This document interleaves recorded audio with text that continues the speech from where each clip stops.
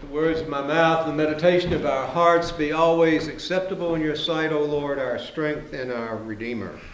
Amen. Amen.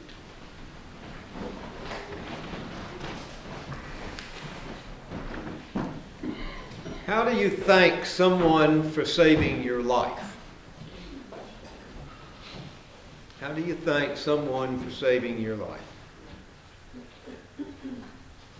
Last week on the evening news, I watched a 17-year-old girl, a survivor of the school shooting in Florida, attempt to thank the emergency medical technician who saved her life. When he found her body, he detected no heartbeat, no breath. He began compressions on her chest.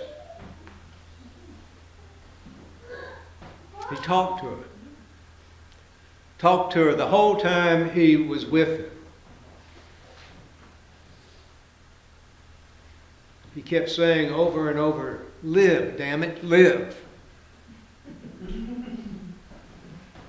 He stayed with her into the ambulance and all the way to the hospital. He was there when they finally detected a heartbeat and she began to breathe. He kept saying over and over to her, "Hang in there.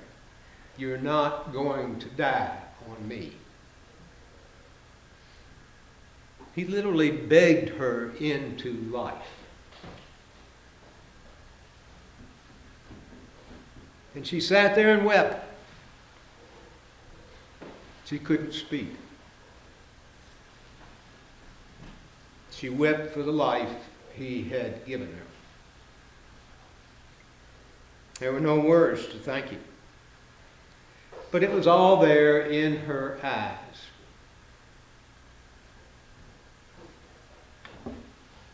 Our readings from the Hebrew Scriptures this morning are another chapter in the love story between God and God's creation. That love story between God and you and me. It takes place at Mount Sinai on the edge of what came to be known as the Promised Land. Moses had led the Hebrew tribes out of captivity and certain death, led them through the wilderness. When they were thirsty and had no water, he showed them how to strike the rock and release its moisture.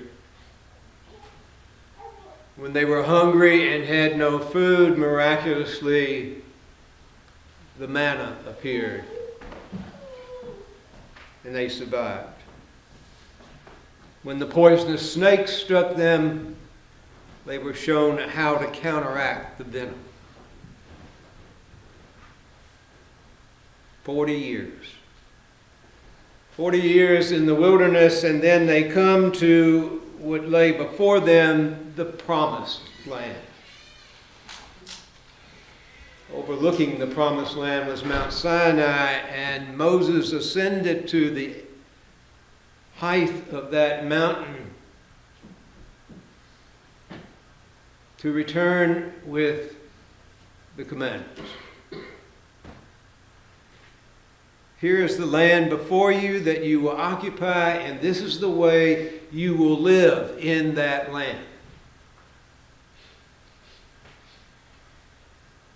Call them laws, call them guidelines, call them truths, whatever you choose. There are 10 of them. 10 ways of living together and with the one who saved their lives. Beginning with, "You shall have no other gods but the one who has saved you and given you your freedom in this new land." There will be no other deities, no idols. You do not speak my name in vain. You will set aside one day in 7 to remember the one who brought you here. The one who has given you freedom.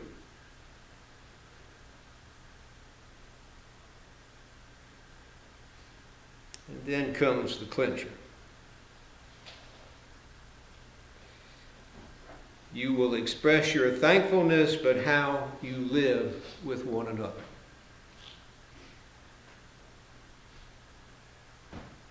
You will express your thankfulness by how you live with one another. Beginning with how you honor your father and mother. You will not murder, you will not steal, you will not commit adultery, you will not lie about your neighbor or cover anything that is not yours. Seems pretty clear to me. And I suspect it was very clear to them. Our Hebrew brothers and sisters call that Torah. Torah. Unfortunately, the English translation of Torah is commandment, is law. In Hebrew, Torah is translated way of life. Way of life. I don't know about you, but I was taught in Sunday school that Judaism was all about law and legalism, and Christianity was about love and freedom, and therefore Christianity has replaced Judaism. What nonsense. What nonsense. What the Torah teaches us, what the Torah reminds us, is that how we live with one another, how we value other people, is our loving response to the gift of life. If you're thankful for being alive, you express that thankfulness by how you live your life. How you live with other people. Walter Brueggemann, the great Old Testament professor at Columbia Seminary, author, world-renowned authority on the Hebrew Scriptures, says, "The commandments are sure and certain signs that God has not left us alone, has not left us to our own devices. We are not the first generation that has ever lived or struggled with what is right and wrong. We are not left to conjure up life for ourselves out of nothing. Each generation builds on what has preceded it. What has been revealed to us is often what has otherwise appeared to be nonsensical and stupid and illogical. And God has given us logic in those 10 commandments. There is an order to life. An order to life. Life is more predictable than it first appears when we are young. We don't have to think it all up for ourselves. Each generation builds on the preceding generation. That's why it's called in Hebrew Torah, because each generation shows the next generation how to live, and hopefully the living improves. The Torah is literally the way. It points us in a direction. my friend and colleague Harry Pritchard, who was the longtime rector of All Saints in Atlanta, had this to say: "The commandments are sure and certain signs that God has not left us alone, just as was said before. That the Torah, the Hebrew name for the commandments, really means a way of living. A way of living. A way of celebrating life.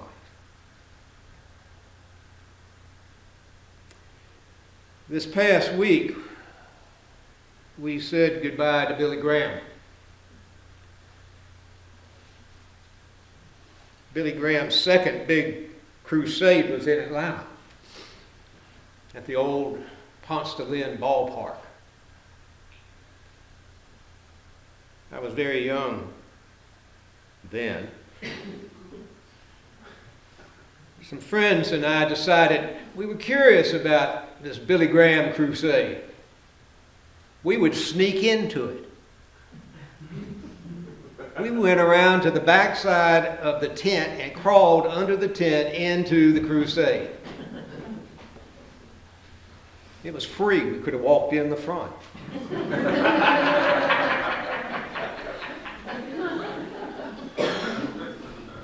But he was impressive. He was impressive. And we said goodbye this week. I suspect that most of you saw that ceremony in the rotunda of our nation's capital, of the casket lying in state covered by an American flag, military guards. But did you watch them take the casket out of the rotunda and down the steps? There was no flag covering the casket. The casket was a pine box. A pine box. On the bottom of that casket is inscribed 3 names. The 3 men who built the casket. 2 of them are serving life sentences for murder, and the 3rd one is serving a 30-year sentence for armed robbery. They are prisoners in the Louisiana State Prison, Angola, well known as the worst prison in the United States. Their wood shop came into being because most of the prisoners who went there died there and had to be buried on the surrounding grounds, and so they needed a wood shop to make the caskets. In 1995, Angola got a new warden, a very progressive man, who had this strange idea about maybe some of these guys can be rehabilitated.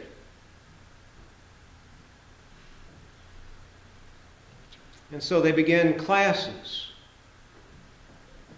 They began services like AA, Bible study.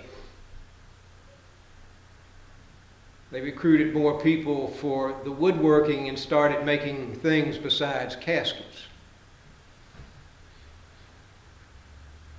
And strangely enough, some of those prisoners began to change,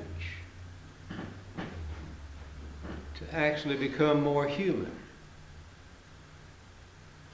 Some even received degrees.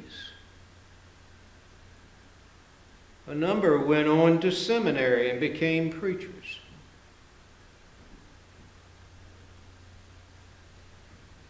In 1995, the prisoners asked if Billy Graham would come to the prison and preach. Unfortunately, Graham's wife was critically ill at the time, and he could not come, but he sent Franklin, his older son, whom I had the pleasure to meet this past year. Literally bumped into him on the street. Franklin Graham came, he saw what was going on, he visited the woodworking shop. And he said, if I send you some money, would you make 2 caskets? One for my mother and one for my father when they die.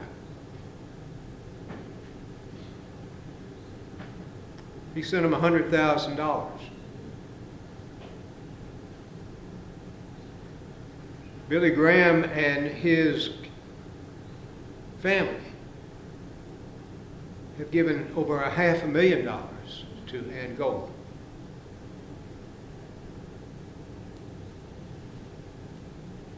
And so it was that Billy Graham's wife had a casket, polished pine, made by the prisoners, was buried in it in 2007. And this past week, Billy Graham himself lay in that pine box with 3 names carved in its base. Reminders that one of his favorite sayings is, it's never too late. It's never too late to come to God.